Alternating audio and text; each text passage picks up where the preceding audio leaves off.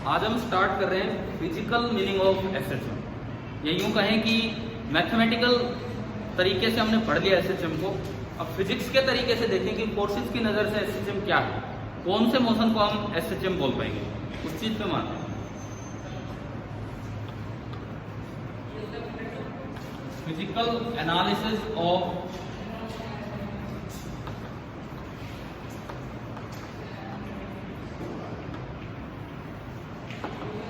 SHM. ये देखना, देखो एक पार्टिकल अगर इधर जा रहा है इधर आ रहा है, बार बार इस तरह का कोई मोशन हो रहा है, कोई फोर्स तो लगेगा। अगर फोर्स ही ना लगे तो चलता ही रहेगा एक डायरेक्शन में। समझ गए? न्यूटन फर्स्ट लॉ कहता है कि अगर कोई फोर्स ही नहीं लगता तो क्या स्टेट ऑफ मोशन चेंज हो सकती है? नहीं। लेकिन इसमें तो बार बार ऑसिलेट करवाना है। सपोज ये है मीन पोजीशन, ये एक एक्सट्रीम पोजीशन और ये दूसरी एक्सट्रीम पोजीशन। अगर पार्टिकल इस पॉइंट के अबाउट ऑसिलेट कर रहा है और ये मीन पोजीशन है, मीन पोजीशन मतलब इस जगह उस पर नेट फोर्स कितना है? 0। नेट फोर्स अगर 0 हो पार्टिकल पे तो हम बोलते हैं कि वो इक्विलिब्रियम में है। इक्विलिब्रियम में अगर पार्टिकल इक्विलिब्रियम में होगा तो कभी सुना है कि स्टेबल, अनस्टेबल, न्यूट्रल, इस तरह के इक्विलिब्रियम होते हैं। तो बताओ ये कैसे इक्विलिब्रियम में है? स्टेबल में, अनस्टेबल में कि न्यूट्रल में? एसएचएम के लिए स्टेबल। क्यों? क्योंकि ये उधर डिस्प्लेस होता है तो वापिस आता है, इधर डिस्प्लेस होता है तो वापिस आता है। तो इस पर फोर्सेज उस तरह लग रहे होंगे जो स्टेबल इक्विलिब्रियम की कंडीशन को सेटिस्फाई करें। तो सबसे पहली चीज तो ये है कि अगर ये वाला केस है तो जो पार्टिकल होगा किस में होगा? स्टेबल इक्विलिब्रियम में। क्लियर?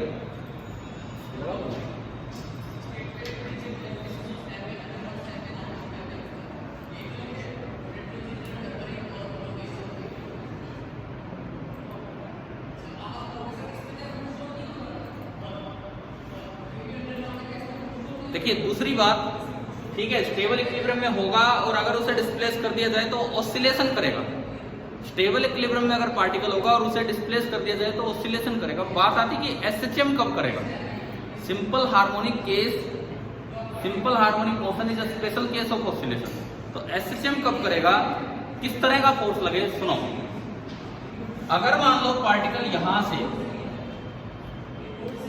थोड़ा भी एक्स आगे डिस्प्लेस हुआ है, अगर पार्टिकल थोड़ा भी एक्स आगे डिस्प्लेस हुआ है तो यहां पे इस पे जो फोर्स लगे, मीन पोजीशन पे तो फोर्स कितना है? 0। पहली कंडीशन थी यहां पे जो फोर्स लगे वो डिस्प्लेसमेंट से अपोजिट डायरेक्शन में, क्योंकि अगर फोर्स उधर लग गया तो क्या ये वापस मुड़ के आ पाएगा? नहीं आ पाएगा। तो एसएचएम करवाने के लिए जो हमारी पहली कंडीशन है वो है डायरेक्शन ऑफ फोर्स। कैप से मैं रिप्रेजेंट कर रहा हूं डायरेक्शन को, ठीक है? That should be equal to minus x cap. हम यूनिट वाइज नहीं कर रहे। कोई सोचे यार ये इक्वेशन कैसे बना दी? फोर्स की यूनिट तो क्या होती है? न्यूटन, और एक्स की मीटर। और एक इक्वेशन में तो इधर अगर न्यूटन है तो उधर भी क्या होना चाहिए? न्यूटन होना चाहिए। मैं मैग्नीट्यूड या यूनिट की बात नहीं कर रहा हूं, मैं ओनली किसकी बात कर रहा हूं? डायरेक्शन की, कि जो फोर्स की डायरेक्शन है वो एक्स से अपोजिट हो। अगर ऐसा होगा तो ऑसिलेटरी मोशन होगा, ऑसिलेटरी मोशन। अब बात आती कि एसएचएम कब होगा, सिंपल हार्मोनिक कब होगा? तो उसके लिए दूसरी कंडीशन है F should be directly proportional to x। देखो F की जो डायरेक्शन है वो x से अपोजिट है, इसको बोलते हैं रिस्टोरिंग फोर्स। रिस्टोर कर रहा है, वापस ला रहा है उसे। और F का जो मैग्नीट्यूड है वो x मतलब मीन पोजीशन से डिस्प्लेसमेंट कितना हुआ उसके डायरेक्टली प्रोपोर्शनल होना चाहिए। मीन पोजीशन पे x 0 है तो फोर्स भी कितना है? 0। साइड में जाओगे जितना एंड में गए x बढ़ेगा, फोर्स भी उतना ही ज्यादा होगा। अगर ऐसा कहीं फोर्स है तो उसके अकॉर्डिंग जो मोशन होगा वो कौन सा होता है आपका? एसएचएम।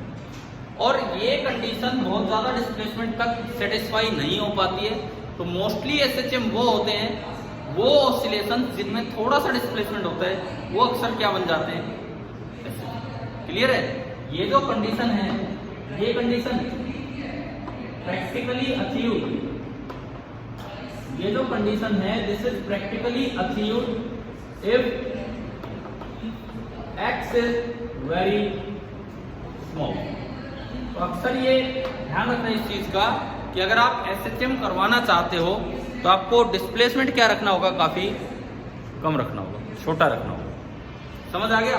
ठीक है, एक एग्जांपल देते हैं किस तरह से SHM होगा। और अगर इन दोनों को इकट्ठा करके लिखना हो तो इक्वेशन ये बनती है F is equal to minus some constant which may be called force constant into x। क्या ये दोनों बातें इसमें शामिल होगी? नहीं बताओ। डायरेक्टली प्रोपोर्शनल को जब हटाते हैं तो इक्वल टू लगाते हैं और साथ में कांस्टेंट, वो मैंने k लगा दिया, k को फोर्स कांस्टेंट बोल दिया और डायरेक्शन के लिए माइनस आ गया। ठीक है, ऐसी कोई भी इक्वेशन कहीं आपको दिखे, माइनस नहीं भी लग रहा तो अलग से डायरेक्शन दिख रही होगी, तो वो मोशन कैसा हो जाएगा आपका? Simple harmonic. एक एग्जांपल लेते हैं इसका कि कैसा।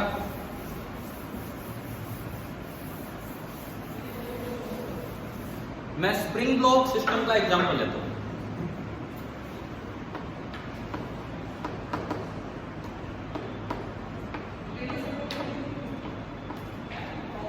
मान लीजिए मैंने स्प्रिंग ब्लॉक सिस्टम दिया, एक स्प्रिंग है, अभी वो अपनी नेचुरल लेंथ में है, ये ब्लॉक उसके साथ अटैच कर दिया, मास है और स्प्रिंग अपनी नेचुरल लेंथ में है। और एक स्प्रिंग का एक टर्म होती है फोर्स कांस्टेंट, सुना है हमें? पता है ना, ये के से हम उसे रिप्रेजेंट कर रहे हैं। यहाँ पे L जो है, L तो मैं बोल रहा हूं natural length of spring, L जो है that is the natural length of spring, और K को हम बोल सकते हैं फोर्स कांस्टेंट या स्प्रिंग कांस्टेंट भी बोल देते हैं। अब देखते हैं कि अगर यहां मैं इसको थोड़ा डिस्प्लेस कर दूं तो मोशन SHM होगा या नहीं होगा। आप इसे बाहर की तरफ भी ले जा सकते हैं, अंदर भी कंप्रेस कर सकते हैं, बात एक ही। सबसे पहले तो ये बताओ, क्या ये मीन पोजीशन है या नहीं ब्लॉक पे? क्या इस वक्त ब्लॉक पे नेट फोर्स 0 लग रहा है? भाई ना तो वर्टिकल, क्योंकि mg और नॉर्मल बैलेंस हो रहे होंगे, और हॉरिजॉन्टली स्प्रिंग अपनी नेचुरल लेंथ में। इसका मतलब ये कौन सी पोजीशन होगी? Mean position. अब मैं चेक करूं कि क्या ये मोशन SHM होगा। देखिए मैंने क्या किया, इसको थोड़ा सा x कंप्रेस किया,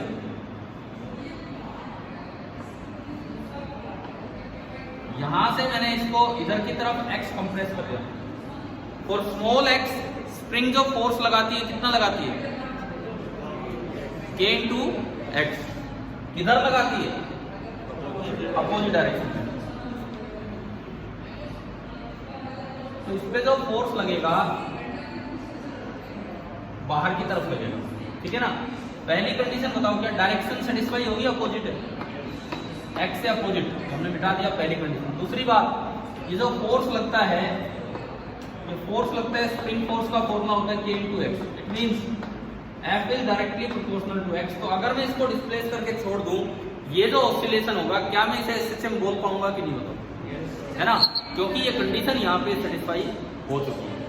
समझ में आया कैसे? मतलब कल तो सीख रहे थे इक्वेशन से कैसे देखें SHM है कि नहीं, आज देख रहे हैं फोर्सेज से कैसे देखें कि SHM है या नहीं।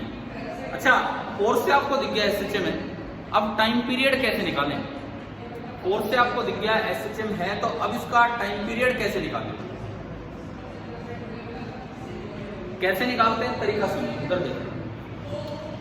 टाइम पीरियड मतलब एक, जैसे यहां से स्टार्ट हुआ इधर से, तो वापस यहां आने का जो टाइम है वो टाइम पीरियड। टाइम पीरियड कैसे निकालें उसका तरीका सुनिए। आप F की वैल्यू लिखो, स्प्रिंग के केस में F कितना है? k into x। वहां से ब्लॉक की एक्सेलरेशन निकाल लो। मान लो ब्लॉक का मास है, तो एक्सेलरेशन कितनी होगी बताओ? कितनी होगी? मास से डिवाइड कर दे, k by m into x। समझ में आ रहा है? हमें एक्सेलरेशन निकालनी, तो हमने क्या किया, मास से डिवाइड कर दिया, k by m into x, ये वाला हमने लिया। देखो अब इसके बाद देखिए,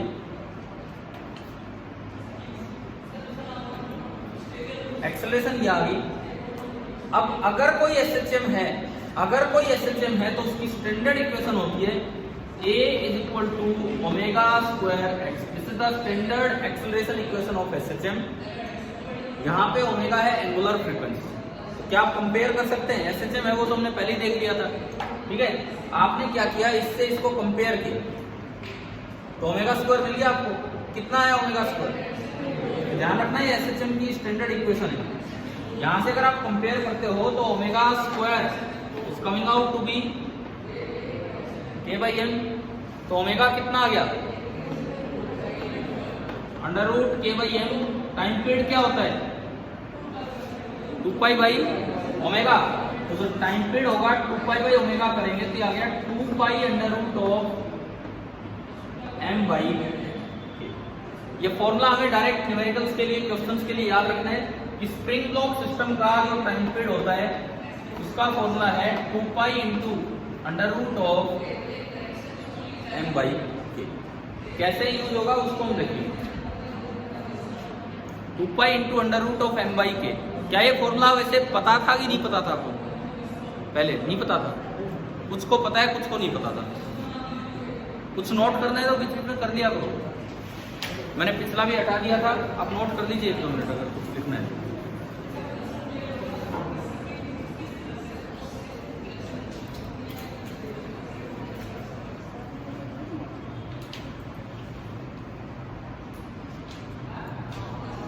हिलाई यहाँ चल रहा है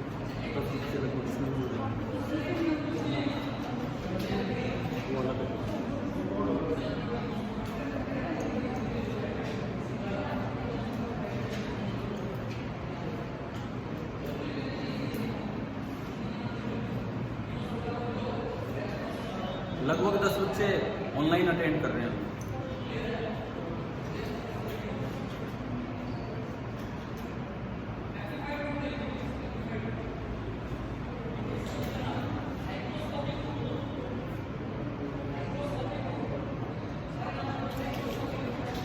अब हम यूज करेंगे फॉर्मूला, कैसे यूज करेंगे वो देखते हैं।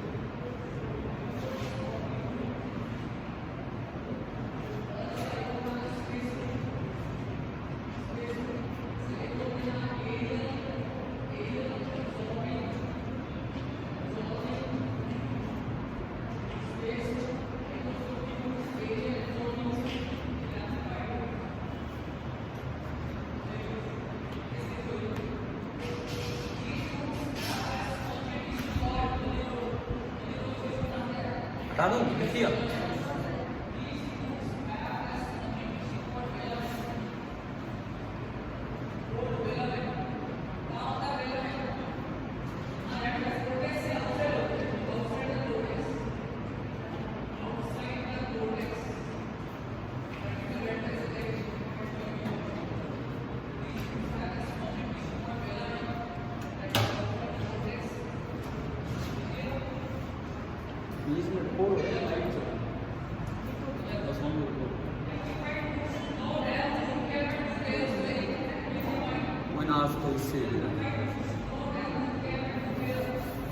चलिए देखिए अब आगे देखें कि कैसे ये चीज यूज होगी, क्वेश्चंस किस तरह से आ जाते हैं।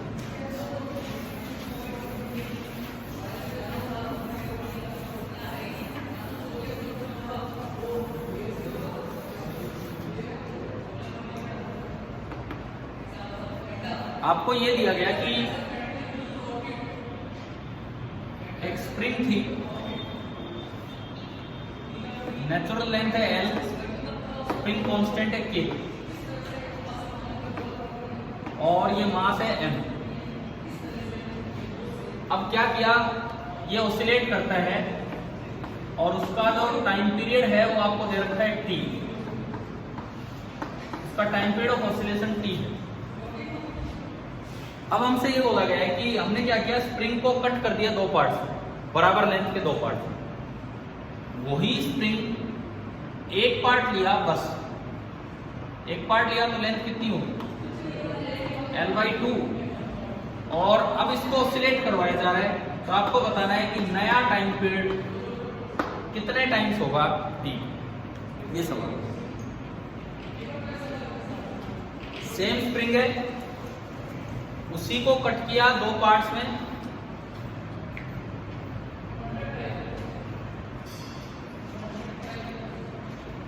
और एक पार्ट यहां अटैच कर दिया और अब आपको बताना है कि टाइम पीरियड कितना हो। ना, सेम नहीं होगा। देखो सुनो, स्प्रिंग में ना एक प्रॉपर्टी है, आप याद रखा कीजिए कभी वर्क एनर्जी के समय या कभी कहीं पढ़ा हो तो 9th क्लास में जब फोर्सेज वाला चैप्टर पढ़ाया जाता है या वर्क एनर्जी वाला, दोनों में काम आती है प्रॉपर्टी कि जो स्प्रिंग का स्प्रिंग कांस्टेंट है वो इनवर्सली प्रोपोर्शनल होता है स्प्रिंग की नेचुरल लेंथ के। नेचुरल लेंथ तो आप बढ़ा सकते हो घटा सकते हो, वो नहीं, नेचुरल लेंथ, उसको कट कर दिया तो नेचुरल लेंथ आधी होगी, खींचोगे तो उससे नेचुरल लेंथ चेंज नहीं होगी, लेकिन अगर कट किया तो उससे नेचुरल लेंथ आधी हो जाएगी। क्लियर है? ठीक है। तो अब आप क्यों बताओ, वही स्प्रिंग है लेकिन मैंने नेचुरल लेंथ आधी कर दी तो के क्या हो जाएगा, डबल हो गया। के डबल होने का मतलब है कि अब जो नया स्प्रिंग कांस्टेंट है दैट इज 2k। अब अगर आप नया टाइम पीरियड लिखते हो तो फॉर्मूला होता है 2 pi under root of m/k। यही था हमारा फॉर्मूला। क्या था बताओ, फॉर्मूला तो याद हो गया है ना। और k की जगह क्या आ जाएगा, 2k, जबकि इसमें था 2 pi under root of m/k। बाकी सब तो सेम है, उसकी जगह तो मैं t लिख सकता हूँ, डिवाइड बाई नीचे क्या रह गया, अंडर रूट, यानी कि जो नया टाइम पीरियड आएगा वो कितना आएगा, t बाई अंडर रूट। कुछ बच्चे शायद अंडर रूट 2t बोल रहे थे, कुछ एक ने जवाब दिया था रूट में, लेकिन शायद नीचे नहीं, आपने ऊपर बोल दिया। अभी बताओ क्या ये समझ आ गया? ठीक है, कर लीजिए नोट।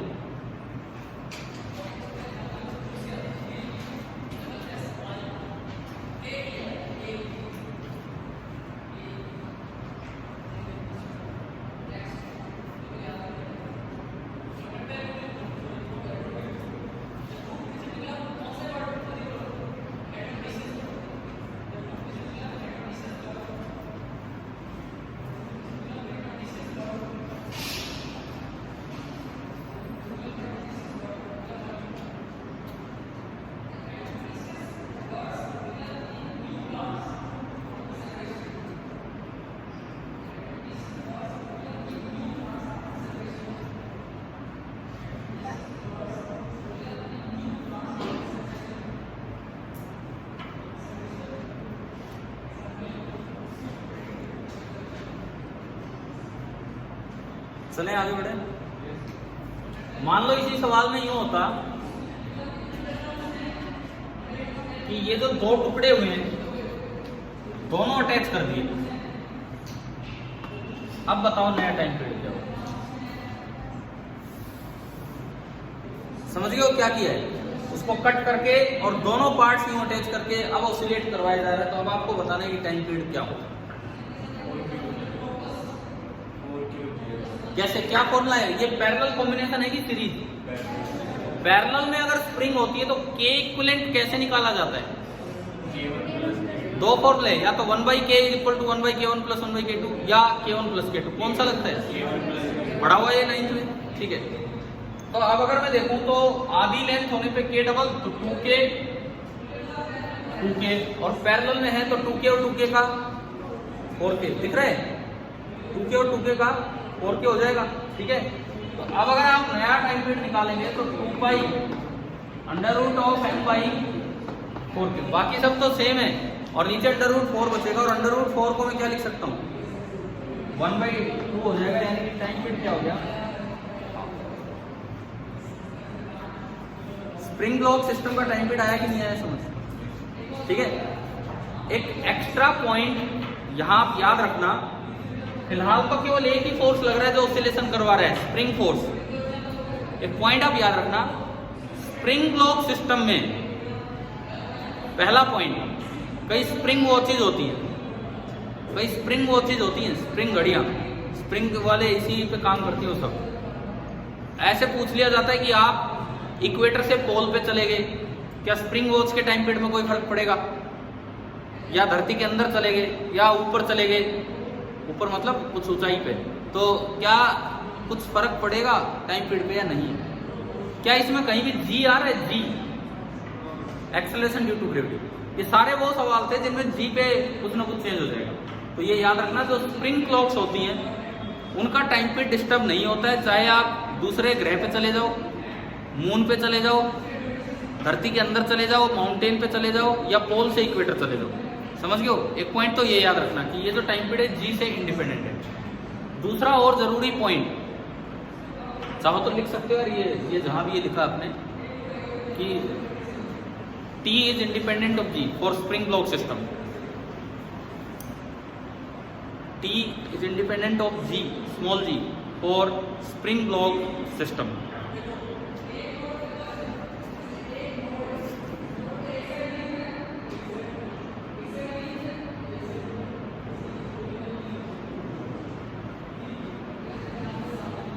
और दूसरा और जरूरी पॉइंट ये है कि अगर इस स्प्रिंग फोर्स के अलावा कोई एक्स्ट्रा फोर्स भी लगने लग जाए ड्यूरिंग द ऑसिलेशन, ब्लॉक पे स्प्रिंग फोर्स के अलावा कोई एक्स्ट्रा फोर्स भी लगने लग जाए, लेकिन वो फोर्स कांस्टेंट रहे पूरे मोशन के दौरान, तो टाइम पीरियड चेंज नहीं होगा। ऐसा सिंपल पेंडुलम में नहीं है, वहां चेंज हो जाएगा, वहां से कांस्टेंट फोर्स लगे तब भी चेंज हो जाएगा।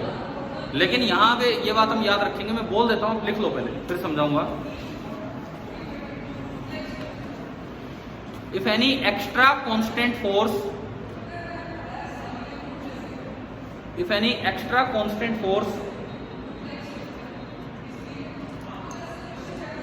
other than the spring force, if any extra constant force other than the spring force is also acting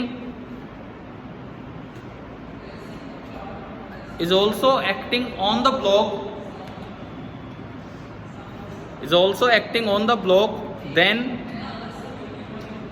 then its time period remains the same.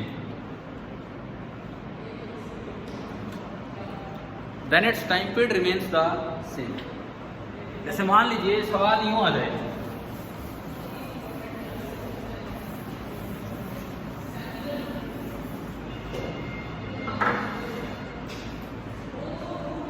एक ये स्प्रिंग है और ये ब्लॉक है, नेचुरल लेंथ है L, स्प्रिंग कांस्टेंट है K। अब ये ऑसिलेट करता है और इसका टाइम पीरियड गिवन है आपको कितना, T, ठीक है, टाइम पीरियड हमें दे रखा है और वो T दे रखा है। इसके बाद देखो सवाल यूं आ जाए कि मैंने ना इसी को यूं सस्पेंड कर दिया, सस्पेंड मतलब लटका दिया यहाँ पे, और अब इसको ऑसिलेट करवाया। एक केस तो ये, यहां टाइम पीरियड है T1। एक बार मैंने क्या किया, इस सिस्टम को पानी में डाल दिया, इस सिस्टम को लिक्विड में डाल दिया,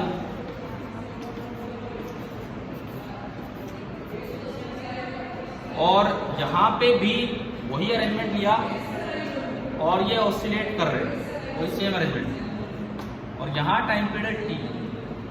इनको अरेंज करना है असेंडिंग ऑर्डर में, T1 और T2 को असेंडिंग ऑर्डर में अरेंज करना है, मतलब कौन ज्यादा होगा कौन कम होगा ये बताना आपको। बताओ अगर कुछ समझ आ रहा है। T और T1 सेम है, T2 ज्यादा और T1 बस मैंने ये काम दिया है कि T1 और T2 में लेस देन ग्रेटर देन ये बताना आपको। तीनों सेम भी, एक बच्चा बोल रहा है कौन, किसने जवाब दिया? सही आंसर है, सही आंसर है। अभी मैंने क्या पॉइंट लिखवाया वो पढ़ना। अगर स्प्रिंग फोर्स के अलावा ब्लॉक पे कोई एक्स्ट्रा फोर्स लगे लेकिन वो कांस्टेंट रहे उसके मोशन के दौरान, तो टाइम पीरियड क्या रहेगा, बिल्कुल सेम। यहाँ तो ओनली स्प्रिंग फोर्स है ब्लॉक पे, नॉर्मल एमजी तो बैलेंस हुए पड़े। यहाँ देखो यहाँ कौन सा एक्स्ट्रा फोर्स लग गया, स्प्रिंग फोर्स के अलावा एमजी और लग गया। अगर हम ब्लॉक को यूं सस्पेंड कर देते हैं, अगर हम ब्लॉक को सिंपली इस तरह से सस्पेंड कर देते हैं तो एक एमजी और लग जाएगा ना, एमजी और लगा, लेकिन चाहे ब्लॉक नीचे जाए चाहे ऊपर जाए एमजी की वैल्यू में कोई फर्क पड़ा है, नहीं पड़ा। तो वो एमजी फोर्स तो है लेकिन पूरे पाथ के दौरान वो क्या है, कांस्टेंट, इसलिए टाइम पीरियड क्या रहेगा, सेम। यहाँ दो एक्स्ट्रा फोर्स लग गए, कौन कौन से, एमजी और बॉइंट फोर्स। क्या बॉइंट फोर्स कांस्टेंट है इसके मोशन के दौरान या चेंज होगा? क्यों? क्योंकि बॉइंट फोर्स डिपेंड करता है ऑन द वॉल्यूम डिस्प्लेस्ड। चाहे यहाँ रहे ब्लॉक चाहे यहाँ रहे, पूरा इसके अंदर है। अगर पूरा इसके अंदर है तो वॉल्यूम डिस्प्लेस्ड हर बार सेम है, तो पॉइंट फोर्स भी लगातार क्या रहेगा, सेम रहेगा। इट मींस जो B लगा वो भी कांस्टेंट है, mg लगा वो भी कांस्टेंट है, तो आपका जो T2 है T2 भी किसके बराबर हो जाएगा, T के बराबर। T2 जो है वो भी T के बराबर हो जाएगा। अभी बताओ समझ आया कि नहीं आया? ठीक है, तो ये पॉइंट दिमाग में रखना। हाँ, एक चीज का ध्यान रखना, अगर ये ऑसिलेट ऐसे कर रहा होता, डायग्राम बना के दिखाता हूं आपको।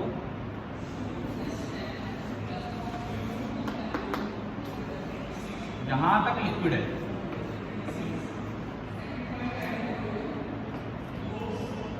अब अगर ये ऑसिलेट करेगा तो क्या हमेशा पॉइंट फोर्स कांस्टेंट है पूरे मौसम के दौरान? कभी पॉइंट फोर्स लगेगा और कभी नहीं लगेगा। तो क्या यहाँ टाइम पीरियड सेम रहेगा? नहीं रहेगा।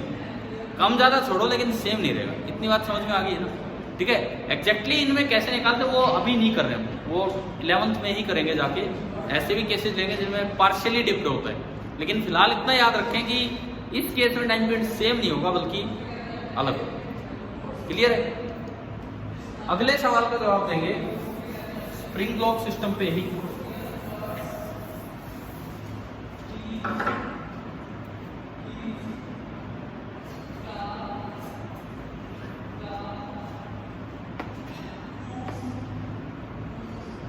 K1 K2 M और ये ऑसिलेट करना है आप टाइम पीरियड। फिक्स दीवारें हैं दोनों से।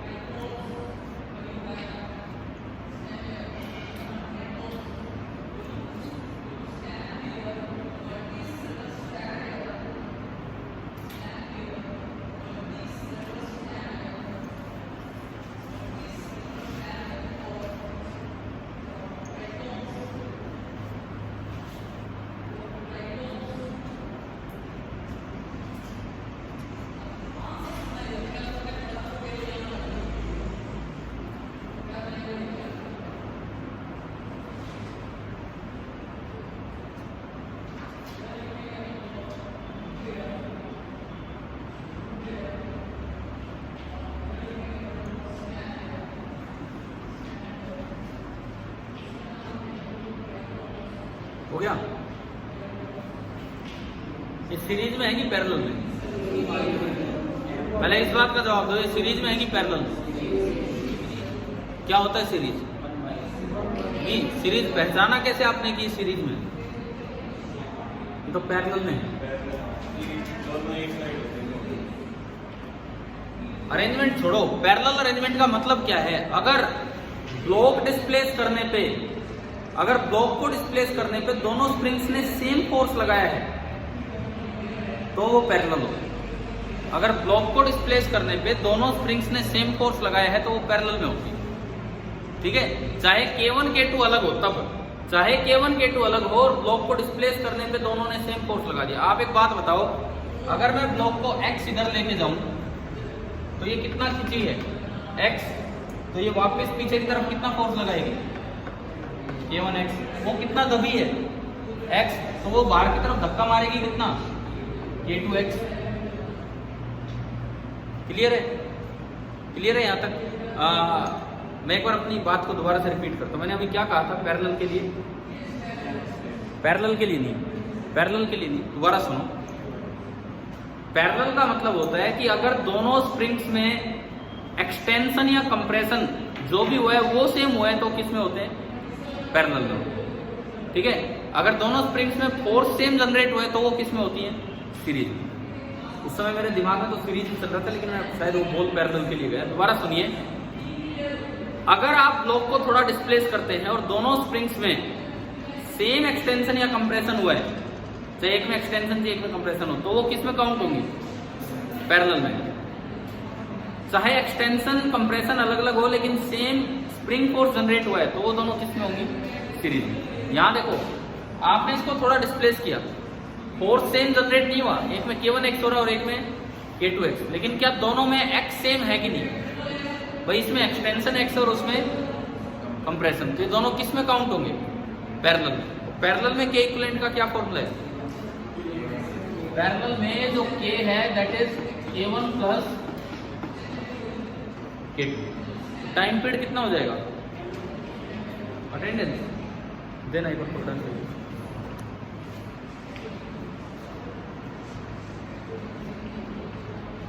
टाइम पीरियड का अगर आप फॉर्मूला लगाएं तो 2 pi into under root of m upon K1 plus. अक्सर ये सवाल गलत कर जाते हैं बच्चे, सीरीज वाला फॉर्मूला लगा देते हैं, जबकि ये है किसमें? पैरेलल में। एक बार फिर से सुन लो, अगर ब्लॉक को डिस्प्लेस करने पे दोनों तीनों स्प्रिंग्स में सेम एक्सटेंशन या कंप्रेशन हुआ है तो वो किस में है? पैरेलल में। और सेम स्प्रिंग फोर्स जनरेट हो तो वो सीरीज में हो। अगर एक स्प्रिंग के जस्ट बाद अगली स्प्रिंग जुड़ी होती तो ये सीरीज में हो जाती। ठीक है, अगला सवाल क्लियर हुआ ना? ये तो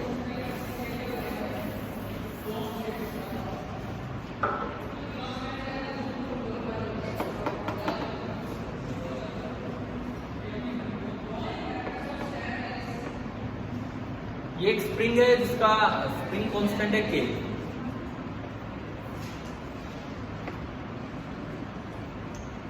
इसके नीचे एक मासलेस प्लेट है, ये तो मैंने येलो कलर में दिखाई, दिस इज मासलेस प्लेट।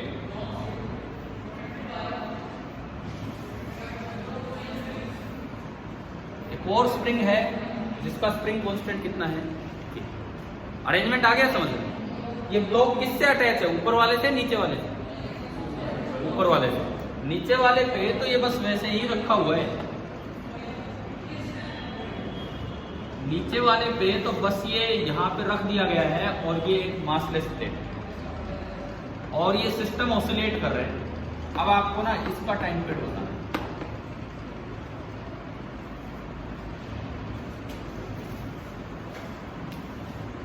लिख के देखो अपने आप क्या होगा क्या नहीं होगा।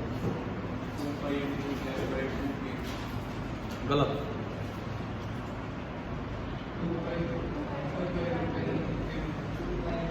ऐसे बोलो मत, पहले लिख लो, फिर उसके बाद पहले सोच लीजिए क्या होगा क्या नहीं।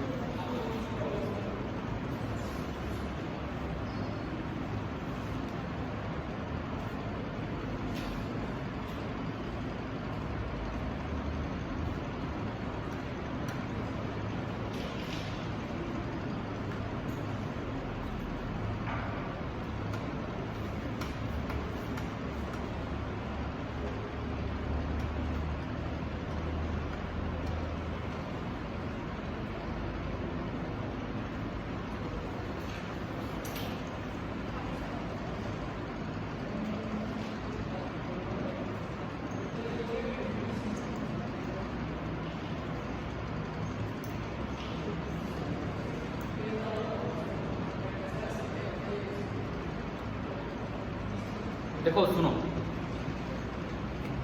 जब नीचे वाला मोशन होगा, नीचे वाला मोशन यहां से नीचे जब ये जाएगा, आधा मोशन नीचे और आधा मोशन ऊपर, ये समझ आ रही बात? आधा मोशन तो इससे नीचे होगा और आधा ऊपर। जब नीचे वाला मोशन होगा तो दोनों स्प्रिंग ब्लॉक के साथ अटैच है कि नहीं है? और जब ऊपर वाला मोशन होगा तब एक, क्योंकि मासलेस है तो ड्यू टू इनर्शिया भी ये नहीं आ पाएगा, कोई इनर्शिया है नहीं। इसका मतलब फर्क क्या हो गया कि जो नीचे वाला आधा मोशन है उसमें तो दो स्प्रिंग अटैच है, वो दोनों पैरेलल में होंगी कि सीरीज में? अभी तो बताया था वो यूं था, वो यूं कर दो, ये एक्स चलेगा तो वो भी एक्स, ये भी एक्स। तो जब नीचे वाला मोशन होगा तो K इक्विवेलेंट कितना है? 2K। और जब ऊपर वाला मोशन होगा तो K इक्विवेलेंट कितना रहेगा? ओनली। क्या ये बात समझ आ गई? अगर केवल और केवल नीचे वाला ही मोशन होता तो टाइम पीरियड होता 2 pi under root 2m by 2 pi under root m by 2k। लेकिन वो तो पूरे एक साइकिल का टाइम, ये तो आधी साइकिल है, आधी साइकिल है, समझ गए हो? आधी साइकिल है तो नीचे नीचे टाइम कितना लगा बोलो? 2 पाई की जगह पाई √m/2k। अगर पूरी साइकिल ही इससे हो रही होती तो 2 पाई इंटू ये हो जाता, अभी ये होगा। अब बताओ ऊपर वाला, ऊपर का जो टाइम होगा वो होगा पाई √m/k। अब बताओ पूरा टाइम पीरियड कितना है? ये भाई एक कंप्लीट साइकिल में जो टाइम लगा वही तो होता है टाइम पीरियड। तो आधा नीचे का पार्ट है उसमें ये टाइम, आधा ऊपर का पार्ट है उसमें ये टाइम, तो पूरा पार्ट कितना हो गया? अगर मैं पूरा टाइम पीरियड लिखूं इसका तो इन दोनों का क्या हो जाएगा? सम हो जाएगा, यानी कि ये बनेगा pi into √m/2k plus pi into √m/, ये बनेगा इसका टाइम। समझ में आया? अब इसमें तो बस ये खुद ही तो थोड़ा दिमाग लगाना था कि क्या अरेंजमेंट है क्या नहीं। किसी को डाउट है तो पूछिए इसमें। आ गया सभी को समझ?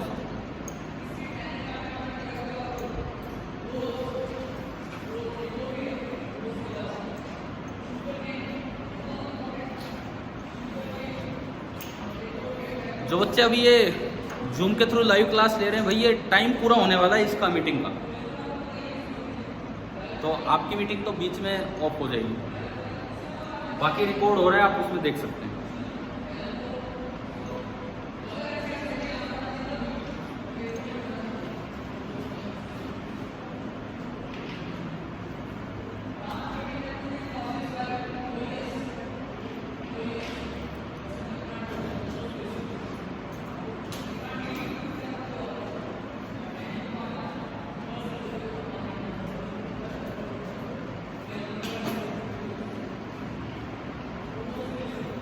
चलें आगे बढ़े।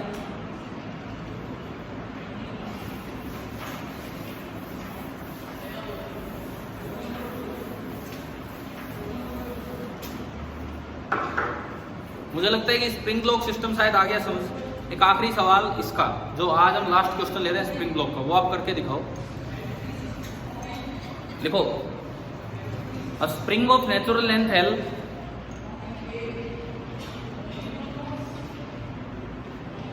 spring of natural length L and spring constant K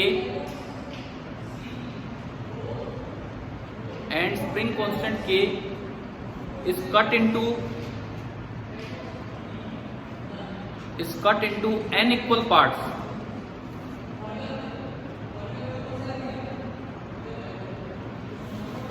and all the parts are attached in parallel,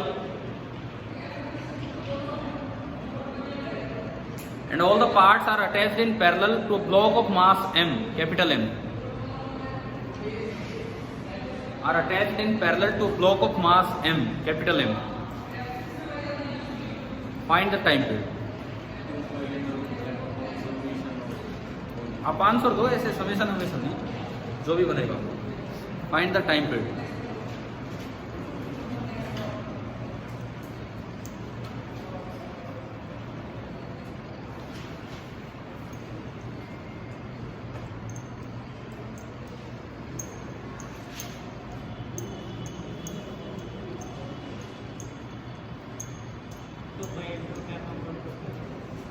by under root m upon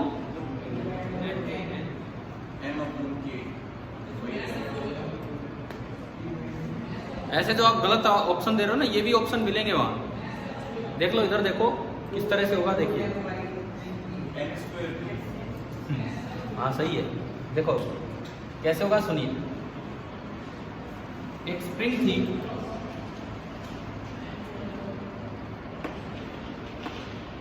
natural length L, आपने क्या किया, इसके n पार्ट्स कर दिए, तो हर एक पार्ट की लेंथ L/n हो जाएगी। हर एक पार्ट की लेंथ L/n हो जाएगी, तो स्प्रिंग कांस्टेंट कितना हो जाएगा, Kn, इनवर्सली प्रोपोर्शनल था। अगर नेचुरल लेंथ L/n हुई है तो स्प्रिंग कांस्टेंट कितना हो जाएगा, Nk, सारे Nk। और आपने इन सबको क्या किया, किसमें लगा दिया, पैरेलल में। अब पैरेलल में तो जो के इक्विवेलेंट होता है वो सबका जोड़ होगा, एन के प्लस एन के कितने टाइम्स, कितने पार्ट्स हैं ये, एन पार्ट्स हैं, तो एन के इंटू एन। समझ आया? सबको जोड़ेंगे तो एन के इंटू एन कितना हो गया, एन स्क्वायर के।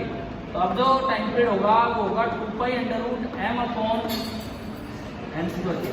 अगर पुराना टाइम पीरियड T0 था, अगर पुराना टाइम पीरियड T0 था कट करने से पहले, तो ये बन गया T0/n² का अंडर रूट, यानी कि T0/n। समझ आ गया? क्लियर है? यानी कि एक स्प्रिंग के अगर आपने 4 इक्वल पार्ट्स कट करके पैरेलल में लगा के फिर एसएचएम स्टार्ट किया, तो 4 इक्वल पार्ट किए तो जो नया टाइम पीरियड होगा वो कितना हो जाएगा, T/4। क्लियर है? ठीक है। अभी बताओ स्प्रिंग ब्लॉक सिस्टम ये आज हमने कवर किया है, क्या ये समझ आ गया है कि नहीं? ठीक है।